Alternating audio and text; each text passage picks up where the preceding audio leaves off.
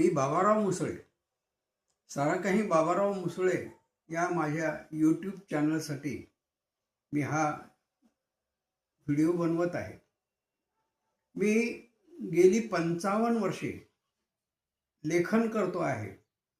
माझं लेखन हे कविता, कथा, कादंबऱ्या या स्वरूपाचं आहे.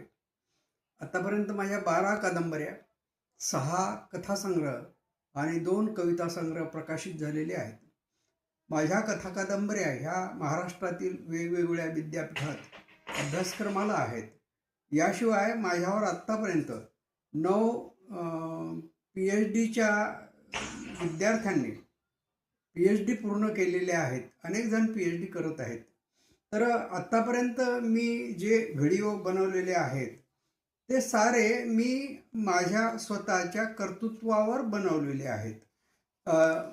कुठेही कॉपीराईट वगैरे असा त्याचा भंग करण्याचा मी प्रयत्न करत नाही. तर यापुढेही अशाच पद्धतीचे व्हिडिओ मी बनवत जाईन आणि कॉपीराईट कोणाची असेल तर ते टाळण्याचा प्रयत्न करत जाईन आणि ते मी कधीही व्हिडिओ यूट्यूबवर टाकणार नाही. नमस्कार मित्रांनो, मी बाबाराव मुसळे. सारं काही बाबाराव मुसळे या माझ्या यूट्यूब चॅनलसाठी मी काही असं काही तसं या सदरात हा व्हिडिओ बनवत आहोत. मित्रांनो, खरं म्हणजे केवळ शेतकऱ्यांसाठीच नाही तर समस्त जनतेसाठी. कारण आपण शेतकऱ्याला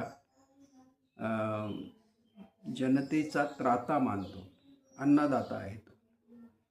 म्हणून 2 दिवसापासून सुरू असलेला जो पाऊस आहे तो अत्यंत तारक असा ठरलेला आहे. खरं म्हणजे शेतकऱ्याची जी मशागतीची कामं आहेत उन्हाळ्यातली ती कधीचीच पूर्ण झालेली आहे. अगदी मृगातच जरी पाऊस आला असता सुरुवातीलाच तरी त्याच्या पेरणीला त्यानं प्रारंभ केला असता. पण वाट पाहून सुद्धा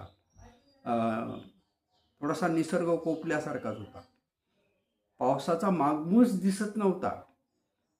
शासनानं सुद्धा असं सांगितलं होतं की बाबा तुम्ही पाऊस चांगला पडल्याशिवाय पेरण्या करू नका, कारण पेरणी वाया जाऊ शकते.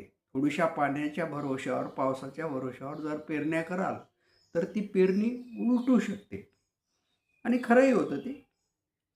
तरी काही आमच्या शेतकरी मंडळींनी जी हळद लावणी असते ना ती थोड्याशा पाण्याच्या भरोश्यावर लावली. त्यातली काही खराब झाली असेल, नाही असं नाही, आणि काहींना दिलासाही मिळाला असेल. तर असा 2 दिवसापासून सुरू असलेला जो पाऊस आहे तो मान्सूनचाच पाऊस आहे असंही सांगितलं गेलेलं आहे. हवामान खातं किंवा मग हे जे खाजगी सांगणारे आहेत त्यांच्यावर भरोसा वाटत नाही, हवामान खात्यावरही वाटत नाही. खरं म्हणजे शेतकऱ्याचेच काही तोडगे असतात. यावर्षी पाऊस लांबतो आहे आणि म्हणून मग सगळं माध्यमसुद्धा, म्हणजे वेगवेगळी जी माध्यमं आहेत आपली ती सगळी माध्यमंसुद्धा चिंता व्यक्त करू लागली की बाबा यावर्षी कोणता तो निनो आलेला आहे आणि त्याच्यामुळे मग पाऊस लांबणार किंवा मग पाऊस पडेल तरी कमी पडेल आणि त्यामुळे मग दुष्काळ आपल्याकडे पडणार आहे. अर्थात तो काही जिल्ह्यामध्ये आहे. आता ते जिल्हे काय बिचारे, त्यातले काही आता सोलापूरसारखे जे पर्जन्य छायेमध्ये असणारे जिल्हे आहेत ते कायमचेच दुष्काळी वगैरे अशा पद्धतीचे असतात. असो, शेतकरी डगमगत नाही,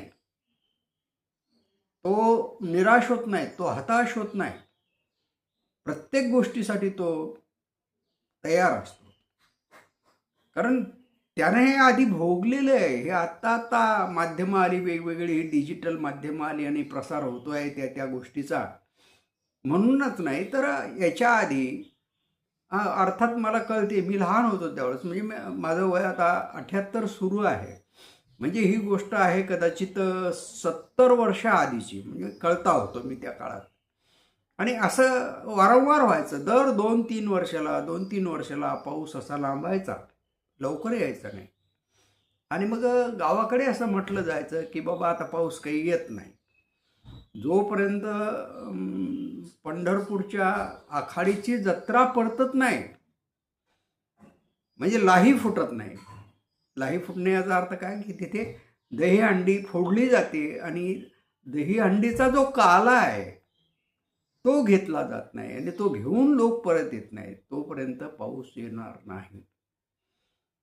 आणि ह्या प्रकारात जे मृगानंतरचं आर्द्र नक्षत्र आहे ते नक्षत्र सुद्धा जायचं. बऱ्याच वेळा फार उशिरा पेरणे झाले, फार उशिरा पेरणे झाले. आणि काही काही वेळा तर असं होऊ नये, नंतर मग पाऊसही आलाच नाही, पाहिजे त्या वेळेला आला नाही, पाहिजे त्या प्रमाणात आला नाही. माझ्या डोळ्यानं मी असे दुष्काळ पाहिलेले आहेत, अनेक दुष्काळ पाहिलेले आहेत. पण शेतकरी ठाम आहे, तो डगमगलेला नाही. आता अलीकडे काय व्हायला काही समजून नाही राहिलं, पण शेतकरी आत्महत्या करतायत. त्या काळात आत्महत्या वगैरे काय नव्हत्या शेतकऱ्याच्या, हो, काहीही नव्हतं असं. आता हे नवीन सत्र सुरू झाल्यासारखं काय, त्यात आता काही वेगवेगळे कारणंही सांगितले जातात. पण शेतकऱ्याला त्याच्या मालाला जो भाव पाहिजे असतो तो दिला जात नाही. याच्यात शासन दोषी आहे. व्यापारी त्याची लूट करतात, शासनाचं लक्ष नाही. शासनाकडून मिळणाऱ्या ज्या काही योजना आहेत त्यात पूर्णतः भ्रष्टाचार आहे, त्या शेतकऱ्यांपर्यंत पोहोचत नाही. त्याला पाण्याची आवश्यकता असते, म्हणजे एक तर तुम्ही ते धरणाचं द्या, कालव्याचं द्या, कशाचंही द्या, बोर किंवा मग विहीर, त्याला वीज लागते. ती वीज नीट येत नाही. रात्री बेरात्री शेतकऱ्यासाठी वीज येते आणि मग त्याला अंधारात दारद धरावं लागते. बरेचदा साप गुंडाळतात पायाला, साप चावतात, त्यातही शेतकरी मरण पावतो. हे सगळं असं एक विचित्र पद्धतीचं एक जगणं शेतकऱ्याच्या नशिबी आलेलं आहे. त्यात मग निसर्ग तर आहेच, तो पहिलाच लहरी आहे, त्याचा कोण राजा आहे, त्याला वाटेल तसं तो करतो. आणि मग अलीकडे जे हे सुरू झालं ना, शेतकऱ्याला कर्जमाफी वगैरे, मी त्याचं समर्थक नाही. हे करायलाच नाही पाहिजेत.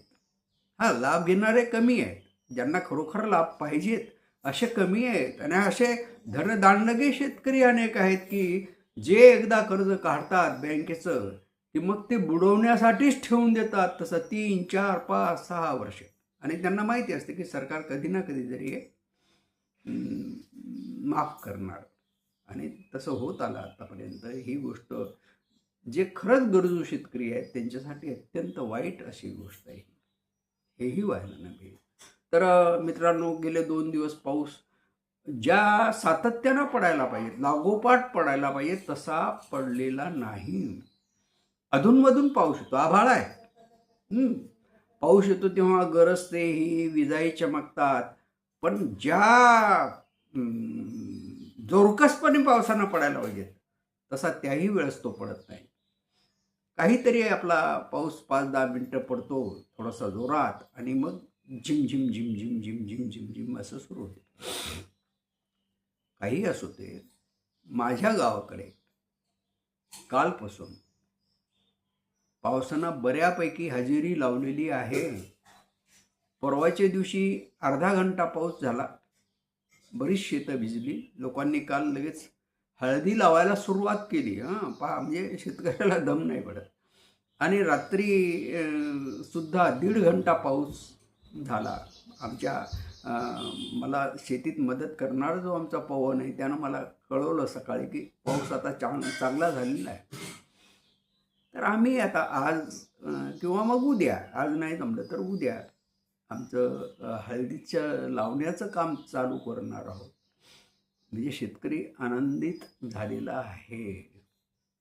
आणि तो व्हायलाच पाहिजे. त्याने का आनंदी होऊ नये? जीवन म्हणजेच पाणी. जर पाणीच नसेल, पाऊसच नसेल, तर कसं काय शेतकरी पीक घेणार? आणि पिकच हाताशी नाही आलं तर मग काय खरं आहे? त्यामुळे जगणं सुसह्य होण्यासाठी पावसाची आपल्या इथे अत्यंत आवश्यकता आहे. हां, आणि अनेक कवींनी त्याच्यावर कविता लिहिलेल्या आहेत. अनेकांनी लिहिलेल्या आहेत. अर्थात मी पण बऱ्यापैकी कवी आहे. मी त्याच्यावर कविता लिहिलेल्या आहेत. पण कवितेतले शब्द हे काही त्या काय ते मेघ मल्हार म्हणणारे त्यांच्यासारखा काही प्रभाव पावसावर टाकत नाहीत. हे नुसते पोकळ बुडबुडे असतात.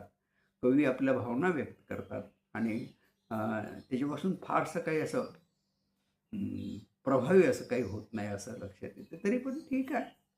त्याच्यातूनही त्यांच्या भावना ते व्यक्त करतात. शेतकऱ्यांसाठी जी काही थोडीशी त्यांच्या मनामध्ये तळमळ आहे ती त्यातून व्यक्त होत असते. तर असो मित्रांनो, गेल्या 2 दिवसातल्या पावसाने वातावरण बदललेलं आहे. ज्या लोकांना पेरण्या करायच्या आहेत ते पेरणी करण्यास पुढं आलेले आहेत. ज्यांना हळदी लावायची आहेत ती हळदी लावण्यास आता प्रारंभ करत आहेत आणि अत्यंत आनंदाचं असं वातावरण शेतकऱ्यामध्ये पसरलेलं आहे. म्हणून पावसाला आणखी एकदा विनंती